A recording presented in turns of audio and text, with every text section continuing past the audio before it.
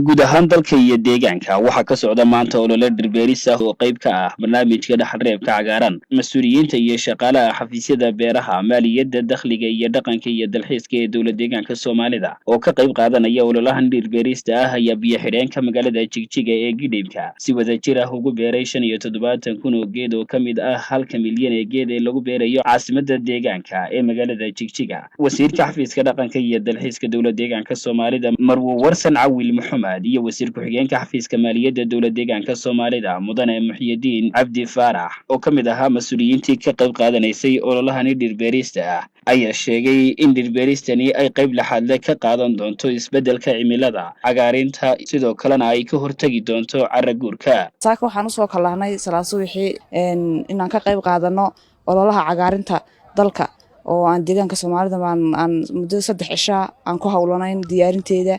أنا waxaan kamid ahay tiimkii ku qornaa biyo xidheenka oo muddo 3 cisho hawsheeda iyo in ka badan baan halkan ku jirnay inaan diyaarino godadkii lagu beerayay. saaka waxaan soo kalahay shaqaalihii xafiisyada bulshadii iyo qaybaheedii kala duwanaa oo ka soo qayb qaatay saaka dhirbeerinta cagaarinta. waa muhiim deegaankeena walibana baahi weyn buu qabaa in dhirta lagu beero. hadda deegaamo waxayna la mid ah aan haysaninba masaaka meel wax ku beertaan oon haysaninba meel ay baaxada dhula anaga maadaama Ilaahayna siiyay baaxad ballaaran waxaan bulshadeena ugu baaqaynaa inay ka soo qayb qaataan cagaarinta deegaankeena. maalin kasta waxaan ka calaacalanaa ka cawareynaa waa abaar iyo maxaan ku rahdaa rafaadina haysta. maalinkan fursad helana waa anagan aynan ku baraarugsanayn walow maanta aan aaminsanahay inaan aad ugu baraarugsanahay cagaarinta. marka waxaan bulshada mar labaad ugu baaqayaa inay ka soo qayb qaataan iyadoo waliba saaka bulsho badan soo kalahday oo ay ka soo qayb qaateen. inta hadhana waxaa leenahay ka soo qayb qaata cagaarinta deegaanka iyo dalkaba. maanta waxaa la bilaabayaa waxaa bilaabmay ololihii heer qaran oo ilaa 500 milyan oo geed lagu beerayo. waxay nagu soo hagaagtay maanta anaga ka xafiis maaliyad ahaan ilaa 25,000 oo geed ayaa nagu soo hagaagtay. marka waxaan ku suganahay sayidkii waxaan ku qoranahay Gidhibka geedihii waa noo wada diyaar oo waa kuwa shaqaalihii ku wada jira cala waax baan u siinay anaguna inta ay ku dhacayso. marka ilaa maanta 6 maqribnimo in geedahan la beero oo goobta lagu sugnaado oo shaqadan la wado ayaa qorshaysan.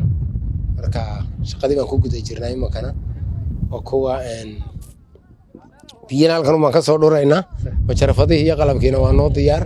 marka cid waliba inay geedaha beerid qura ma ahayn la daryeelo ayaa naga tartaaran oo cid waliba la maaragtay geedaha la beeray laga warhayo oo nabaad guurka dhulka iyo maaragtay geeduhu waa nolosha ay ka mid yihiin.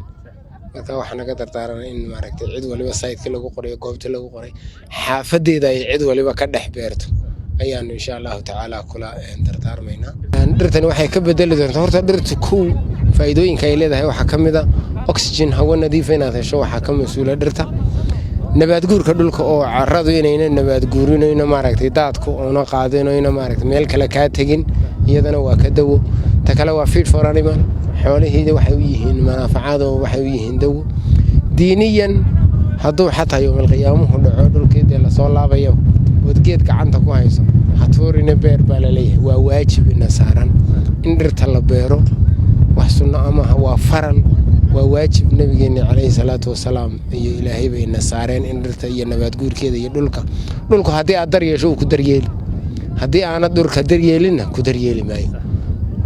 cuntadoona dhanna waxayba ka soo go'daa waa dhiro waa midho aynu cunayno iyo cad iyo caanaynu u baahannahay. xoolihiina waxay u baahan yihiin daaq iyo caws ay cunaan. marka waa wax waajib ah nolosha ibn aadanka sal u ah dhirbeeristu ee ma aha wax maaragtay cid gaar u leedahay amba cid gaar ugu dhaqmayso amba cid gaar loo deynayo cid walba mas'uuliyad baa ka saaran kama dawlad ahaan ka shicib ahaan ka maamul ahaan ka rayid ahaan ka culimo ahaan ka oday dhaqameed ahaan cid walba oo bulshada kamida dhirbeerista xil baa ka saaran waa inay cid waliba xilkii waajibaadka ka saaran noqdaan. idinkan idaacadda waxa idinka saaran inaad baahisaan ahmiyadda ay leedahay dhirbeeristu. marka cid walba mas'uuliyaddeedu waa inay ka soo baxdo idinkana saasaan idinkula tartaarmaya aad iyo aad baad mahadsantihiin.